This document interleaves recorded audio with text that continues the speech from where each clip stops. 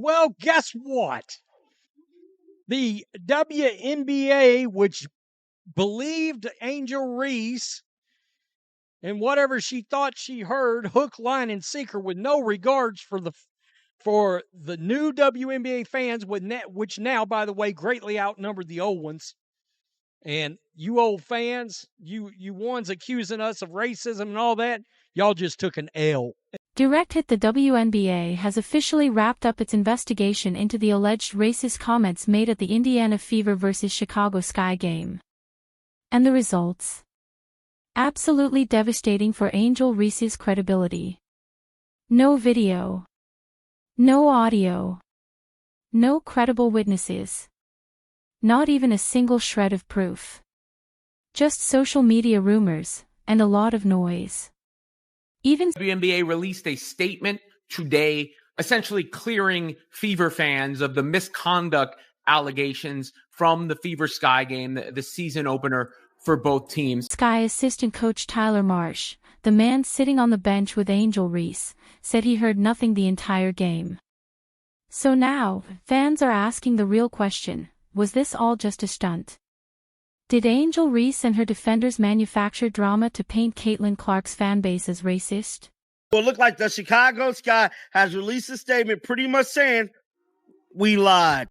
And here's where karma comes in, because the people who fanned the Flames, including a few ESPN personalities, are now being called out for spreading baseless claims. If you stand with Caitlin Clark and the Fever, drop a comment below saying, "I stand with the Fever." But here's the wildest part. The WNBA issued a full statement on May 18th, talking about hate, discrimination, and racism like something huge had happened. They used all the right buzzwords, all the serious language. It is embarrassing. It's absolutely embarrassing. It is absolutely embarrassing. And the fact is that originally it's, oh yeah, we're looking towards everything. Then they had to double down. They actually redacted this statement. They redacted a statement. They redacted the statement saying we're looking at everything, saying, no, we're actually not looking at most of the stuff. We're looking at a lie spread on social media that went viral. We are looking into a literal lie spread on social media that got spoken into fact. We're looking at a lie. But when it came down to facts, they had nothing that show what really happened at Gainbridge Fieldhouse that night. Or better yet, what didn't. Right after the accusation started swirling, the Indiana Fever didn't hesitate. They immediately released a statement confirming their full cooperation with the WNBA's investigation. Their message was clear: we're committed to a safe environment for everyone. But here's where it gets really interesting. Coach Tyler Marsh of the Chicago. Yeah, I think we agree. I think we're, in compliance with them, with the league, and obviously there's no room or space in our game for hate. So we're in line with everything that's going on. Coach, when did you become aware that there was hate speech that happened? I think when everyone else did. I think that it's something that we heard about, and so again, we're just forthcoming with anything that the league is able to do investigation-wise. Sky admitted that his entire team was unaware of any racist or inappropriate comments. In fact, when a reporter asked him when he found out about the alleged hate speech, his answer was brutally honest: when everyone else did. Think about that for a second. The head coach, sitting just feet from Angel Reese, had zero knowledge of anything offensive happening to his own player during the game. And the Sky organization, completely blind. Oh, Tyler Marsh is about to get run out of Chicago. First things first, let's hear what Angel Reese has to say. Let's hear Angel Reese. And if you guys pay attention, listen to her voice and listen to how she's on the edge of breaking down. Very funny. Hate speech. Yeah, obviously there's no place in this league for that. I think the WNBA. Let's also watch the nervous body language, the nervous twitching. Yeah.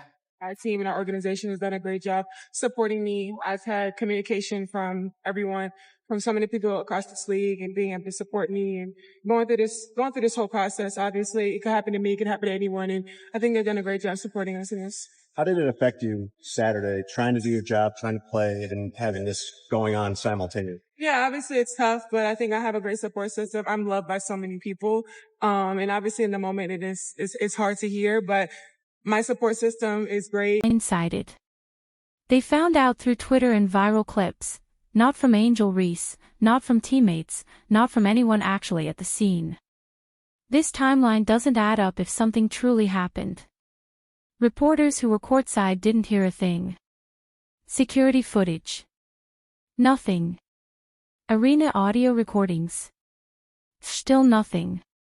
I didn't think these things would be a topic this year. It's certainly not at this point, but here we go again. Because now Indiana Fever players, all right, are getting called into question. Indiana Fever fans are getting called into question today.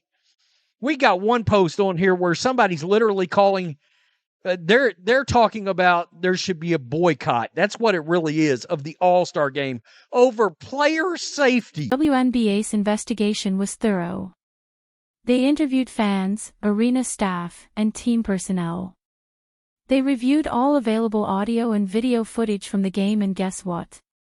Still no evidence. Meanwhile, the Indiana Fever stood firm, fully cooperating from day one because they had nothing to hide.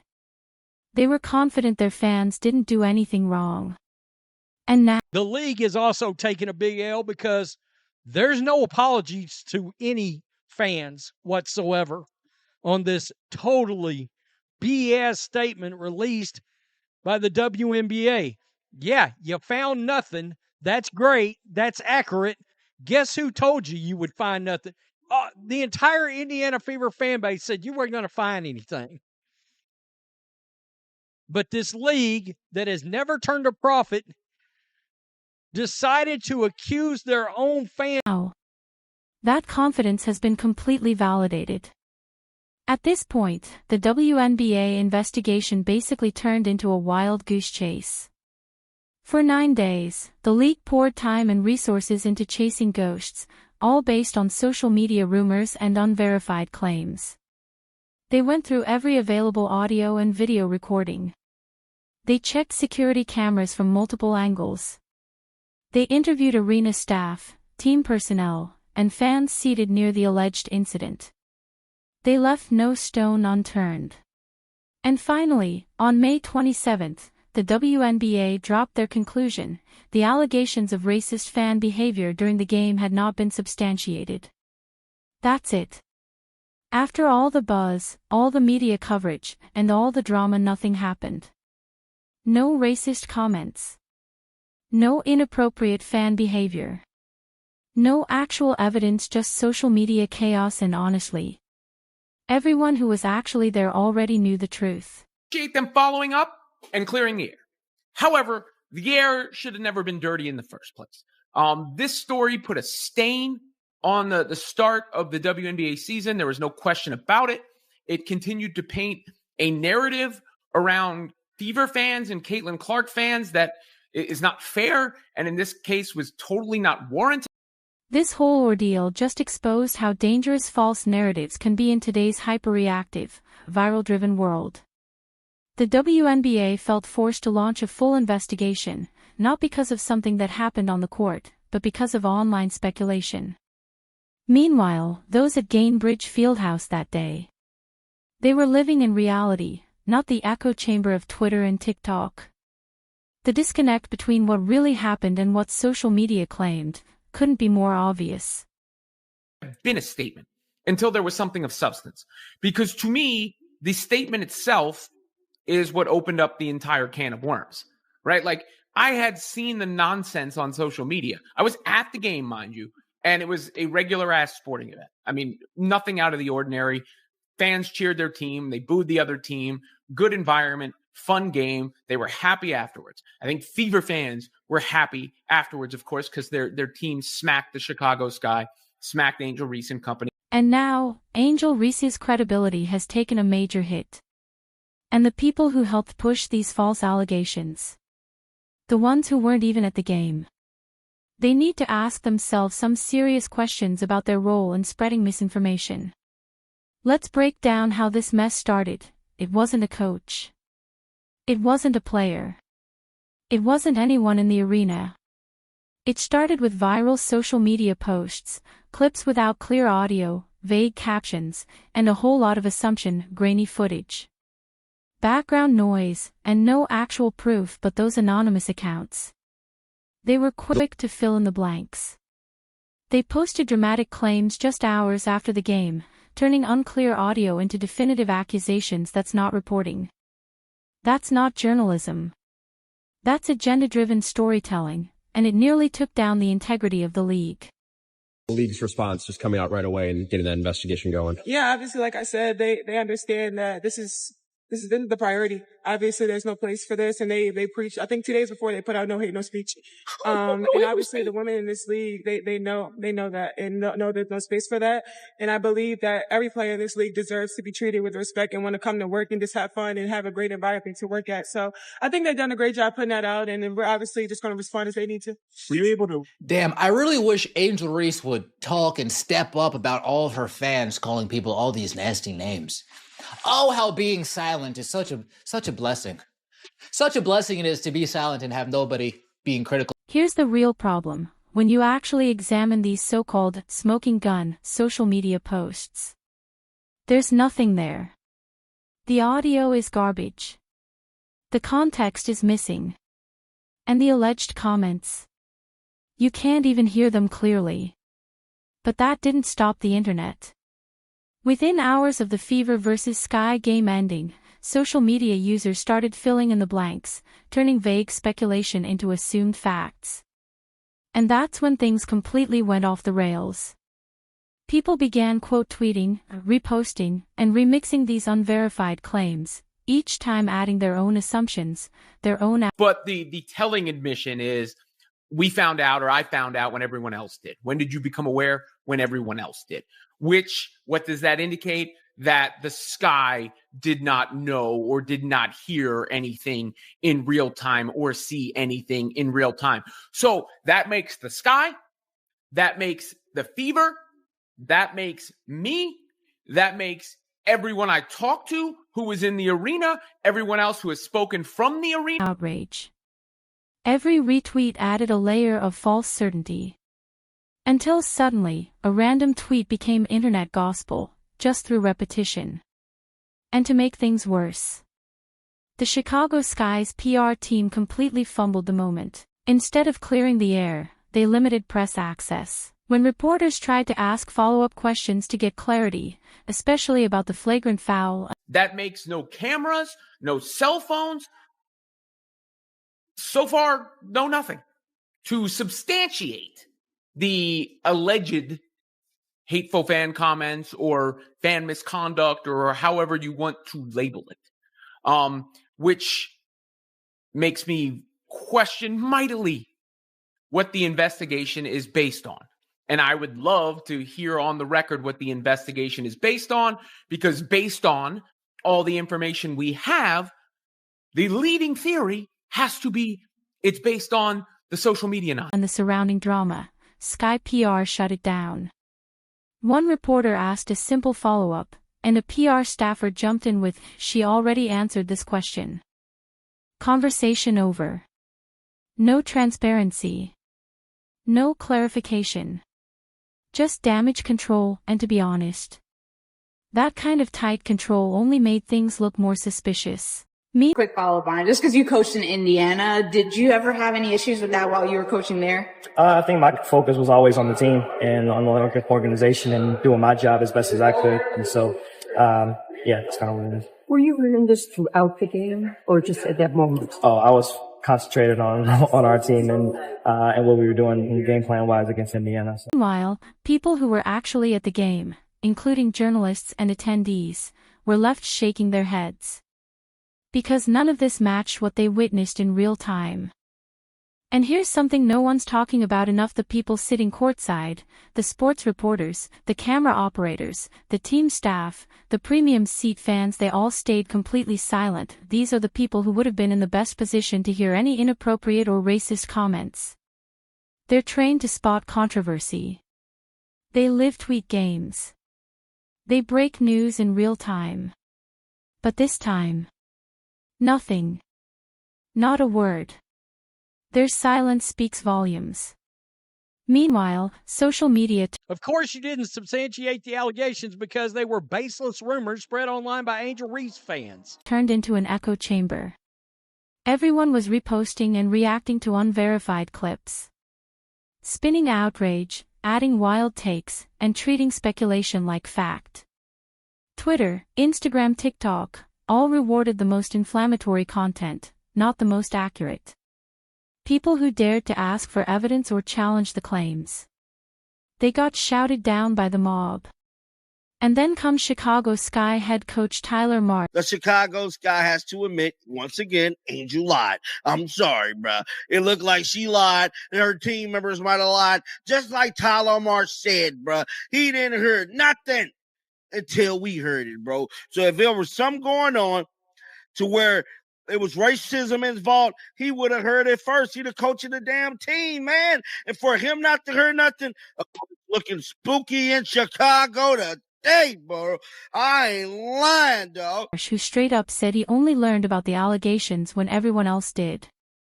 From social media. Not from Angel Reese. Not from the bench. Not from anyone actually there. Let's be real, if racist comments were so loud and so clear they traumatized a player, don't you think her own coach, sitting feet away, would have noticed? Marsh's statement completely crushes the narrative that something obvious happened during the game. It proves that even the people— But this was put out right here. Again, hell, I thought it was fake originally. And I guess it's not. I mean, it's crazy. White girl running from the fade. There's Angel Reese right there. There's, of course, Caitlin Clark doing the responsible thing, not wanting to tank her public relations, like Angel Reese walking away after the take foul the other night, or the other day against the Chicago's. Angel Reese had no clue anything inappropriate occurred until social media told them it did. This is a textbook case of social media creating controversy where none existed. And the gap between what really happened at Gainbridge Fieldhouse and what blew up online. It's never been more clear. And here's the ironic part. Remember when Angel Reese called Caitlin Clark fans toxic and hostile? Yeah, this just backfired. Spectacularly. For months, Reese has been pushing a narrative that Clark's fan base is aggressive, negative, even harmful to women's basketball. She's painted herself as the victim of an unruly fan base that ruins the experience for others, but now she's at the center of a controversy that appears to be completely fabricated. Release this statement. We appreciate the quick action by the league and the Indiana Fever to take this matter seriously and to investigate it. This process demonstrates the league's strong stance on stopping hate at all WNBA games and events, and we will continue to support those efforts. Adam Fox, Chicago Sky president, has released a statement, and as y'all can see here, man, they got to give credit to what credit is due, and I'm just interested to see. Let's just see the comments to see what some of these Chicago Sky fans said. One fan said you should have probably included in here that the claims was unsubstantial. Your players spoke on them as if they was facts. You are a truly shameful organization. This doesn't say the claim is false and unsubstantial. No apologies for all the rumors this started and how people treated the Fever organization. Admin turns off comments and delete all response.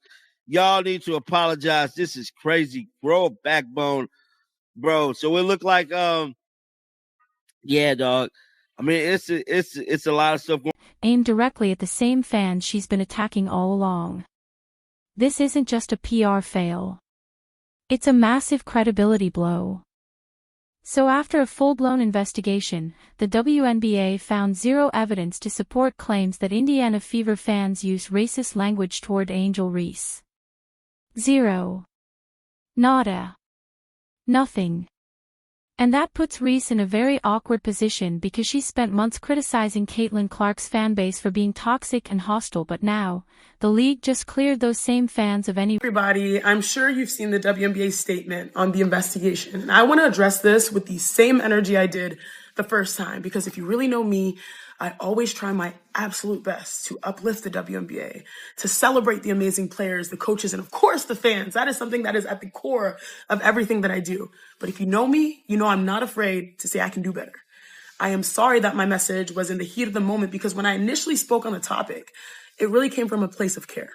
It was based on firsthand conversations with people very close to the situation who raised real concerns, and they told me what they had experienced. And I felt like it was important and it was necessary to acknowledge those allegations and also voice those experiences.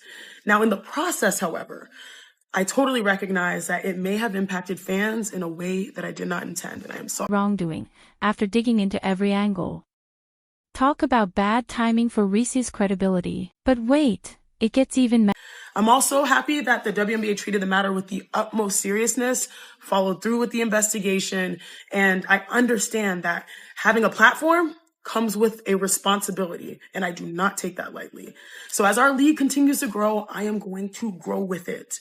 And I am so committed to be better in how I share perspectives and grow alongside the game that I truly love and adore. I mean, some of my favorite memories as a pro was playing in Indiana, and I truly believe that WNBA, we have the most passionate fans, and I'm grateful for our community. I hope you know that's who I am. All right. Love you guys. Thank you. SEA. Around the same time the investigation was still unfolding, Angel Reese allegedly reshared a TikTok that openly mocked Caitlin Clark. The video included multiple images of Reese and one of Clark, right after that flagrant foul, with a caption that read, "White girl running from the fade." Yikes, that's not just petty, that's provocative. While Reese was out here condemning toxic fan behavior, she was engaging in it herself. Directly. Publicly. On social media. The contradiction is stunning. This is someone who called out others for creating drama, and yet, she's now the source of one of the biggest manufactured dramas of the entire WNBA season. Her past comments accusing Clark fans of being the problem in women's basketball now look a lot like projection. And it didn't stop with her. Her supporters on social media amplified these unverified claims instantly, without waiting for evidence. Without fact-checking. Just blind rage and mob mentality. They flooded the internet with inflammatory posts, attacked fans, and doubled down on a narrative that was falling apart from day one. Meanwhile, the same people who said Clark's fanbase was too aggressive just turned around and became exactly that. This whole situation exposed a massive double standard, and it forced the Chicago Sky organization into full damage control mode. They had to protect their player, while also navigating the fallout of a viral controversy that had no proof to back it up.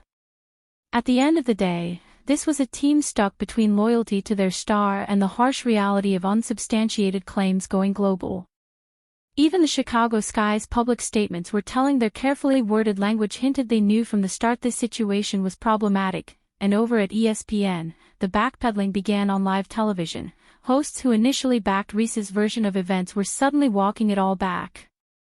One of them, Chiny Aguamike, flat out said, "We now know the league found no evidence." Watching ESPN personalities reverse course in real time was, honestly, painful. And at the center of it all, Angel Reese's credibility took a major hit. All those past criticisms of Clark's fan base. Now they look not just hypocritical, they look completely unfounded. And it raises a hard question: are Reese and her supporters, the ones constantly accusing others of toxicity, actually the ones making women's basketball more hostile? The WNBA's investigation suggests so. This entire situation proves one thing. We need to demand real evidence before tearing people down and dividing a league that's finally growing. There was zero proof. But social media ran wild for over a week, dragging names, inventing outrage, and pushing a false story to the top of everyone's feed. Meanwhile, you have players like Caitlin Clark, Kelsey Mitchell, Sophie Cunningham, Lexi Hull, Aaliyah Boston, and the rest of the Indiana Fever showing up every game, competing at the highest level, and letting their game do the talking. That's the energy we need in 2025. Not drama. Not fake narratives. Talent. Growth.